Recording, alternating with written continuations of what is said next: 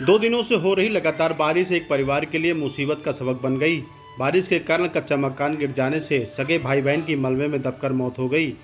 4 अन्य लोग गंभीर रूप से घायल हो गए। घायलों को पास के सरकारी अस्पताल में भर्ती कराया गया है।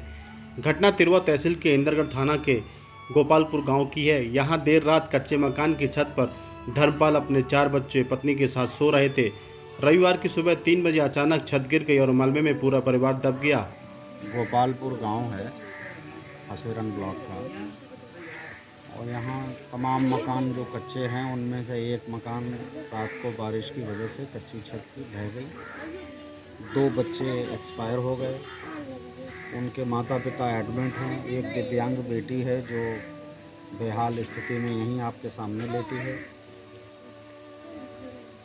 अच्छा, बताया जा रहा है कि इनको आवाज़ पहले आया था और ग्राम पंचायत अधिकारी ने काट दिया था, ऐसी कोई जानकारी? मुझे लगता है कि सूचियां महत्वपूर्ण नहीं है।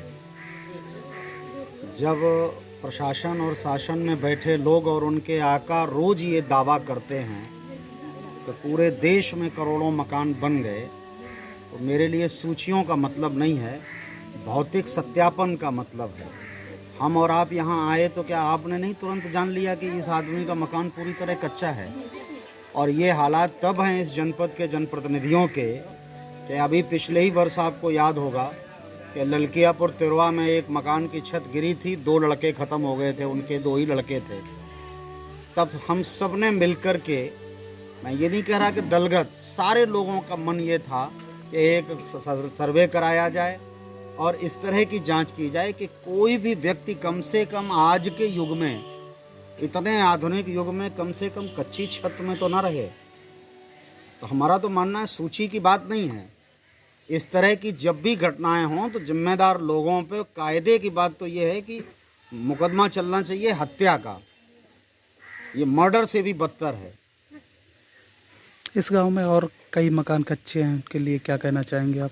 अभी आपसे बात करने से पहले आप स्वतः भी देखे हैं, और मैं तो कहूँगा कि अभी गांव के पीछे 2 मकान और हैं। आप खुद अगर भौतिक सत्यापन करेंगे तो आप पाएंगे कि बुरी स्थिति है। और इस परिवार की स्थिति तो ये है कि हमारे समाजवादी साथियों ने इससे पहले भी इनको कपड़ा, अनाज और कई मौक़ों पर हमारे यहाँ के साथियों ने मदद करी है समाजवादी पार्टी के। आज ये हुआ रात में 3 बजे की बात है। क्या नाम, ये ऊपर लेटे थे, बंगलिया अपनी झोपड़ी रखे थे, उसमें सो रहे थे। तो रात में पता नहीं अचानक कैसे दीवार गिरी, छत गिरी, उसी में दब गए। कितने लोग थे? 6 लोग। फिर क्या हुआ भैया? फिर उसमें जैसे तैसे सभी लोगों ने, गांव वाले ने, घर वालों ने निकाला उसको।